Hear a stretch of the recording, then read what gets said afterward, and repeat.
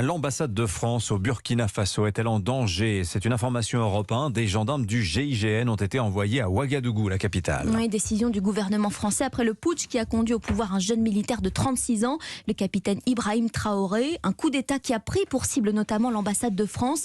La sécurité des 4000 Français expatriés est désormais la priorité du Quai d'Orsay, qui envoie donc des renforts sur le terrain, William Molinier. Oui, 6 militaires du GIGN, l'unité d'élite de la gendarmerie nationale. Ils sont partis hier matin en avion direction Ouagadougou. Ces agents appartiennent à la section sécurité-protection du groupe d'intervention.